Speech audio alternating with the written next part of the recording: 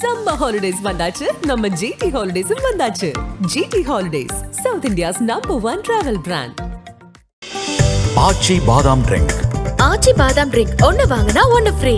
2D entertainment stone bench films தயாரிப்பில் கார்த்திக் சுப்பராஜ் இயக்கத்தில் சூர்யா நடிக்கும் ரெட்ரோ மே 1 முதல் திரையரங்குகளில்.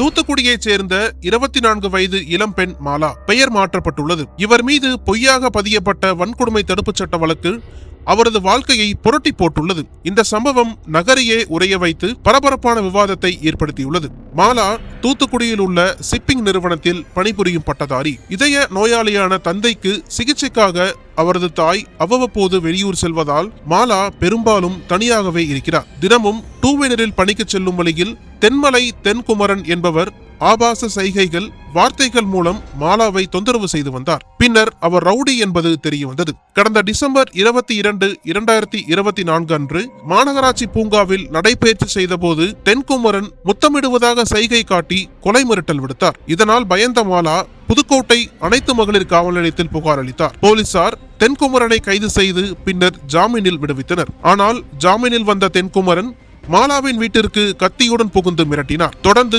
தொந்தரவு அதிகரிக்க மாலா சிப்காட் காவல் நிலையத்தில் புகார் அளித்தார். ஆனால் அங்கு நடவடிக்கை இல்லை.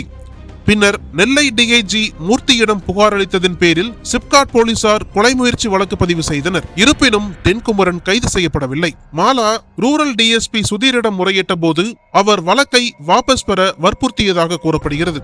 இதனால் முதலமைச்சரின் தனிப்பிரிவு, தேசிய மனித உரிமை ஆணையம் மற்றும் நெல்லை டிஐஜி சந்தோஷ் கதிமணியிடம் புகார் அளித்தார்.